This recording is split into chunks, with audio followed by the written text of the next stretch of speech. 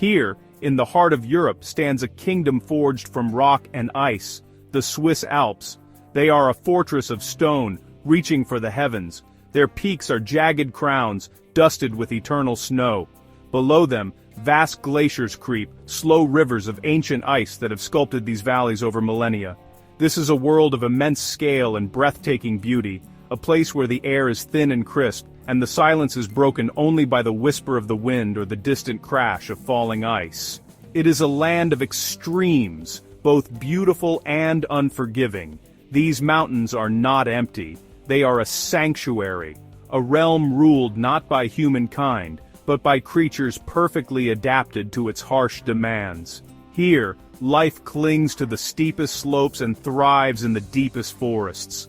From the smallest wildflower pushing through a crack in the rock to the largest predator roaming the valleys, every living thing is part of an intricate and ancient story.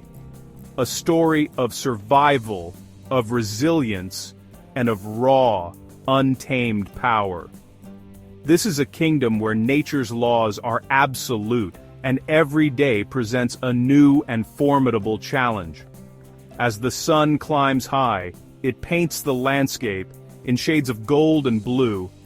The sheer rock faces, once dark and menacing, now glow with a warm light. Below, emerald green meadows are dotted with hardy alpine flowers, a stark contrast to the gray stone that surrounds them. Crystal, clear streams, fed by the melting snow, carve their way down the mountainsides, their gurgling song a constant and gentle soundtrack to this majestic theater. It is a scene of profound peace, yet it masks a world of constant struggle and intense drama. This is the stage upon which the great dramas of life and death unfold. It is a world governed by the seasons. The gentle warmth of summer gives way to the brutal cold of winter, when the entire landscape is buried under a thick blanket of snow. To endure here requires strength, intelligence, and an intimate knowledge of the land. For the predators that call this kingdom home, it is both their fortress and their hunting ground. A place where they reign supreme, the undisputed monarchs of this majestic vertical world. Deep within the tangled shadows of the ancient forests, a phantom moves. It is the Eurasian lynx, a creature of profound secrecy and mesmerizing grace. With its tufted ears, acting like natural antennae, it listens to the secrets of the woods. Its large padded paws are like snowshoes, allowing it to move with utter silence over the forest floor, whether it is covered in soft moss or deep snow. The lynx is a master of camouflage, its spotted coat blending seamlessly with the dappled light filtering through the dense canopy of pine and fir trees. To see a lynx is a rare privilege. It is a solitary hunter, a ghost that materializes from the shadows only when it chooses. Its world is one of patience and precision. For hours, it can remain perfectly still, perched on a rocky outcrop or a fallen log, its keen yellow eyes scanning the landscape below. It misses nothing. The faintest rustle of leaves, the subtle snap of a twig, the scent of its prey carried on the breeze. Every sense is honed to perfection, a tool for survival in a world where a single mistake can mean the difference between a meal and starvation. The territory of a lynx is vast, a sprawling domain that it patrols with quiet authority. It marks its boundaries with scent, a clear message to any rivals that this is its hunting ground. This is a life lived in solitude, a deliberate choice that ensures there is enough food to sustain it. The forest provides all it needs, shelter from the biting winds, cover from prying eyes, and a rich supply of the animals it preys upon. The roe deer and the chamois are its favored quarry, animals far larger than itself. But the lynx is a specialist in bringing down such formidable prey. Its presence is a sign of a healthy, thriving ecosystem. As a top predator, the lynx plays a crucial role in maintaining the balance of the forest. By hunting the deer and other herbivores, it prevents their populations from growing too large and overgrazing the delicate vegetation. The lynx is more than just a hunter. It is a guardian of the forest, a silent architect of this complex and beautiful world. Its silent, watchful presence ensures that the ancient rhythm of the alpine woods continues, undisturbed and in perfect harmony. High above the jagged peaks, another sovereign rules the skies, the golden eagle. With a wingspan that can stretch over 2 meters, it is a magnificent and formidable sight. It soars on the thermal updrafts, rising effortlessly, circling with slow, deliberate grace. From this incredible vantage point, the world below unfolds like a map. The eagle's eyesight is legendary, up to 8 times more powerful than our own. It can spot the slightest movement of a marmot from more than a mile away. A feat of biological engineering that is almost beyond our comprehension. The eagle is a master of the air, an aerial predator of unparalleled skill. It uses the mountain winds to its advantage, hanging almost motionless in the sky as it surveys its vast territory. Its kingdom is the open expanse above the tree line, the high alpine meadows and the precipitous cliff faces. Here, there is little cover for its prey. Marmots, sunning themselves on the rocks, or young ibex, still unsure on their feet, are all potential targets. The eagle's hunt is a display of breathtaking speed and power, a sudden and dramatic plunge from the heavens. When a target is spotted, the eagle transforms. The graceful soaring gives way to a lethal dive. It folds its wings and plummets towards the earth, a feathered missile traveling at speeds that can exceed 150 miles per hour. The sound it makes is a terrifying rush of wind, the final warning for its unsuspecting victim. Its talons, sharp as daggers and powered by incredibly strong muscles, are its primary weapons. They are capable of delivering a final, crushing blow, securing the prey in an inescapable grip. These magnificent birds form lifelong partnerships, building huge nests known as eyries on inaccessible cliff ledges. These nests are used year after year, added to with each breeding season, until they become enormous structures of sticks and branches. Here, they raise their young, teaching them the vital skills of the hunt. The golden eagle is not just a predator, it is a symbol of the wild, untamed spirit of the Alps.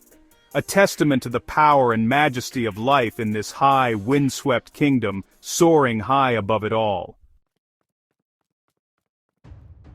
A new sound is returning to the alpine valleys, a sound that has been absent for a very long time. It is the howl of the wolf, a long, mournful, and chillingly beautiful call that echoes from the ridgetops, carrying for miles on the cold night air. The wolves are coming back, reclaiming their ancestral territories. They move like gray shadows through the twilight, their paws silent on the ancient game trails. Their return marks a profound shift in the ecological balance of the Alps, a restoration of an ancient order. The wolf pack is a complex and highly organized society. It is a family, led by an alpha pair who are typically the only ones to breed. Every member has a role to play, from the experienced hunters who lead the chase, to the younger wolves who learn by watching. Their communication is sophisticated, a subtle language of body posture, facial expressions, and vocalizations. The howl is not just a call to hunt, it is a way of strengthening social bonds and a declaration of their presence, a warning to other packs to keep their distance. Hunting is a cooperative effort, a masterpiece of strategy and endurance.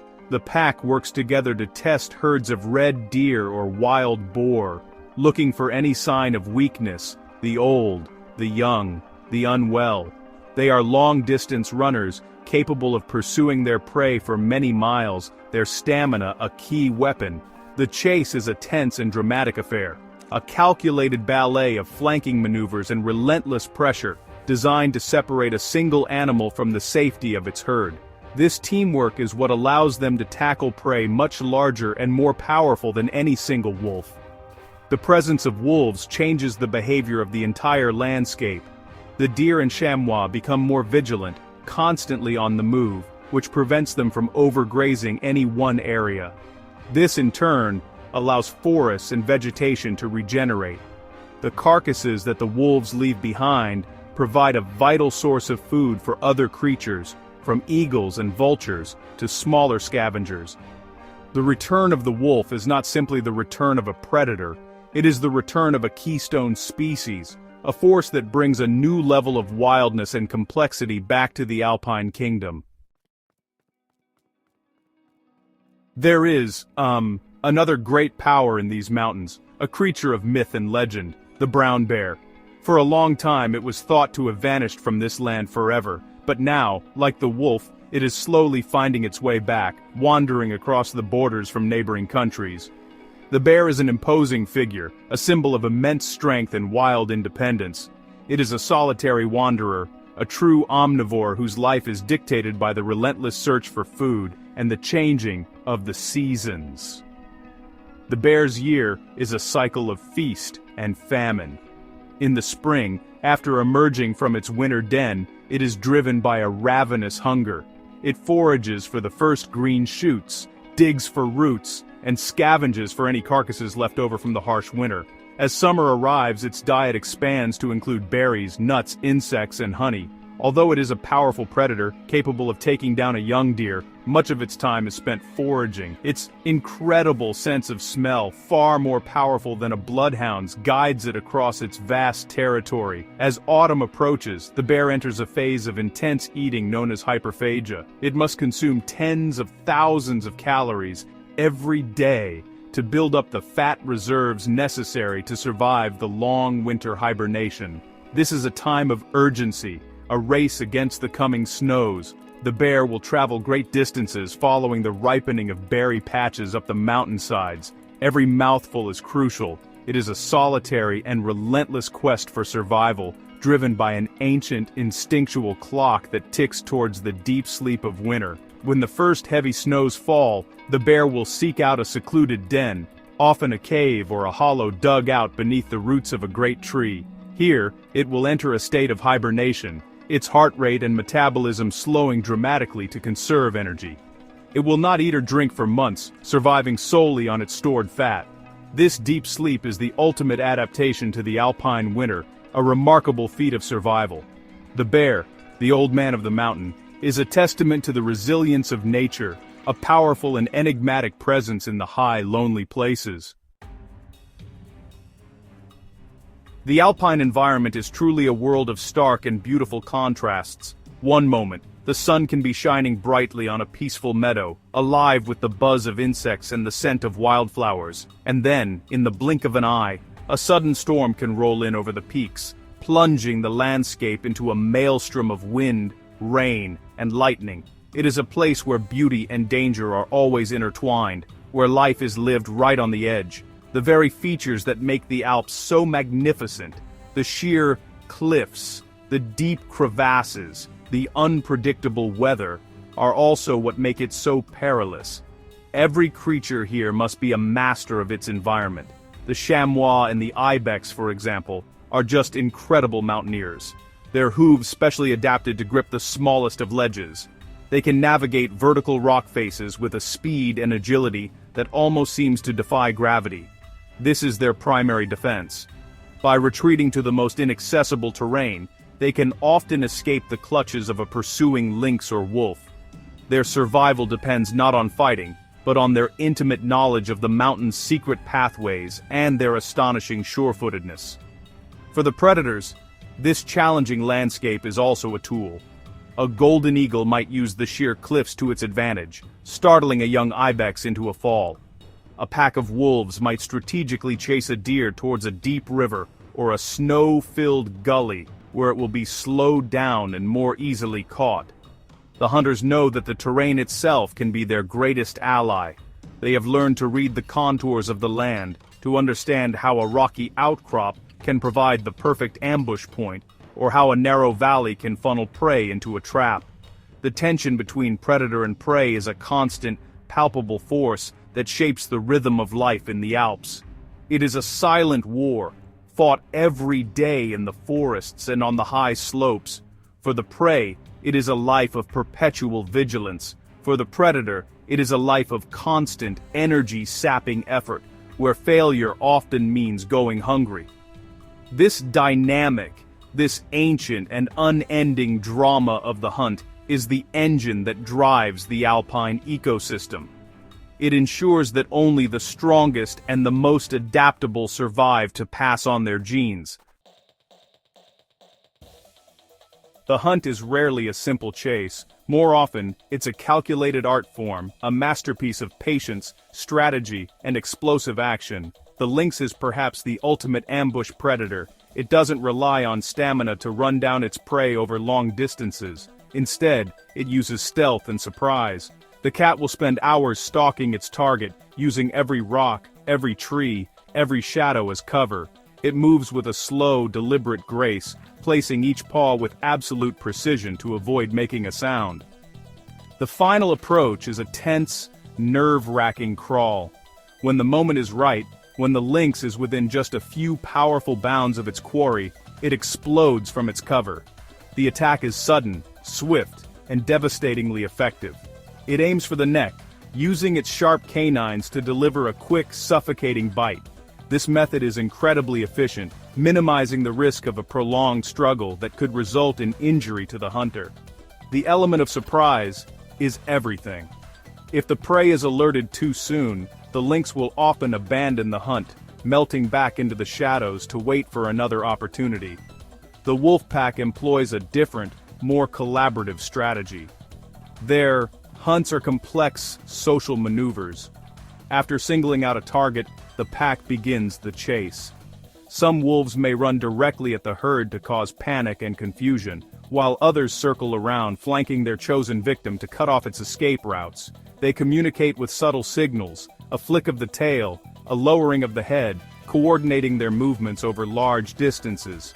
It's a display of collective intelligence and deep understanding of each other's roles. This teamwork allows them to exhaust their prey. The chase can be long and arduous, a test of endurance for both hunter and hunted. The wolves will take turns at the front of the pursuit, conserving energy as a group. They will harry their target, nipping at its heels, forcing it to keep running until it is too tired to defend itself. This relentless pressure is what ultimately brings the large animal down.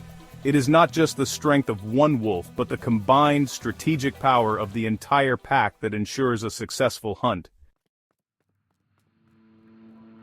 To stand in the high Alps is to be immersed in a world of profound sensory experiences. The dominant sound is often the wind. It can be a gentle whisper, rustling the leaves of the silver birches in the valleys, or it can be a roaring gale, howling across the barren ridges, a raw and powerful force of nature. Then there is the sound of water, the distant thunderous boom of an avalanche, the crack and groan of a glacier moving, and the constant musical trickle of melting snow forming countless streams that chatter and gurgle their way down the slopes. Silence in the Alps is also a tangible presence. In the deep of winter, a fresh blanket of snow can absorb all sound, creating a stillness that is both peaceful and unnerving. In these moments, the slightest noise becomes amplified. The croak of a raven, its black form a stark contrast against the white landscape, echoes through the cold air. The distant bark of a roe deer, a sharp percussive sound, signals alarm.